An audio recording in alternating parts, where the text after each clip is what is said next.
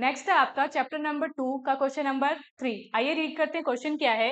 Question आपसे कह रहा है if alpha and beta are the zeros of the quadratic polynomial 3x square minus का 5x plus 9 then find alpha plus beta and alpha into beta. Question पूछा गया था आपसे आरबीसी ईयर 2025 में। क्वेश्चन क्या है, आपको एक क्वाड्रेटिक पोलिनोमियल दी गई है। क्वाड्रेटिक पोलिनोमियल है आपकी 3x square minus 5x plus 9।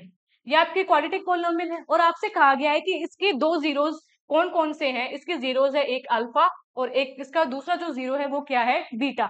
तो आपसे कहा गया है आप फाइंड कीजिए अल्फा प्लस बीटा यानी सम ऑफ द जीरोस, और दूसरा फाइंड कीजिए अल्फा इंटू बीटा यानी प्रोडक्ट ऑफ द जीरोस। अब हमें याद होना चाहिए एक फॉर्मूला, क्या कि अल्फा प्लस बीटा यानी सम ऑफ द जीरोस का एक फॉर्मूला होता है आपका माइनस बी बाई ए।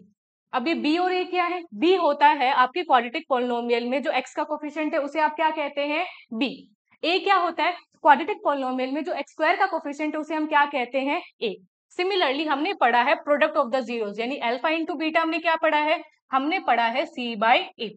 सी क्या होता है, क्वाड्रेटिक पोलिनोमियल में जो कांस्टेंट टर्म है उसे आप क्या कहते हैं, सी। और ए क्या है, ए होता है क्वाड्रेटिक पोलिनोमियल में एक्स स्क्वायर का कोफिशिएंट। हमें फाइंड करना है अल्फा प्लस बीटा और अल्फा इंटू बीटा, यानी हम इस अगर ए बी सी की वैल्यू मिल जाए तो हम अल्फा प्लस बीटा और अल्फा इंटू बीटा निकाल सकते हैं। तो चलिए सबसे पहले हम वही निकालते हैं। आपकी जो गिवन क्वाड्रेटिक पोलिनोमियल थी वो थी 3x स्क्वायर माइनस का 5x प्लस का 9।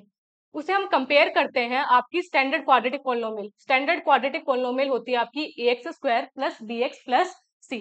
अगर अब हम कंपेयर करें तो जो a है, a की वैल्यू है आपके सामने 3, जो b की वैल्यू है वो क्या है, यहाँ जो कॉमन मिस्टेक आती है कि यहाँ प्लस है तो यहाँ प्लस देके सीधा आंसर 5 बता देते हैं, ऐसा नहीं करना है। जो आपकी स्टैंडर्ड फॉर्म है उसमें प्लस है, यहाँ पे क्या आया है माइनस, तो यानी आपको आंसर में क्या भी इंक्लूड करना है, माइनस। तो जो b है, b क्या आया आपका माइनस का 5। फिर c यानी कांस्टेंट टर्म, यहाँ पे कांस्टेंट टर्म क्या है आपकी 9, तो c की वैल्यू क्या आ गई 9। अब ए बी सी तीनों की वैल्यू पता चल गई, बस अब हम इन्हें फाइंड कर लेते हैं। तो चलिए निकालते हैं। पहला था आपका अल्फा प्लस बीटा।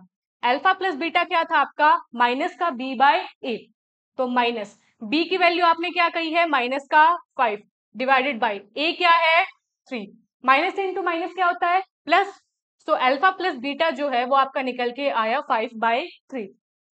नेक्स्ट निकालते हैं आप alpha into beta. Alpha into beta क्या है आपका सी बाय ए, ठीक है। और आपने जब कंपेयर किया तो जो सी है, सी की वैल्यू आपके सामने क्या आई थी 9, ए क्या था 3, ये कैंसिल हो गया, 3 3 9। तो आपका जो अल्फा इंटू बीटा है वो कितना निकल के आया सी। बस आपसे यही पूछा गया था alpha plus beta. Alpha plus beta क्या आया आपका 5/3। आपसे पूछा गया था अल्फा इंटू बीटा, वो निकल के आया आपका 3। तो ये हो गया आपके इस क्वेश्चन का कंप्लीट आंसर।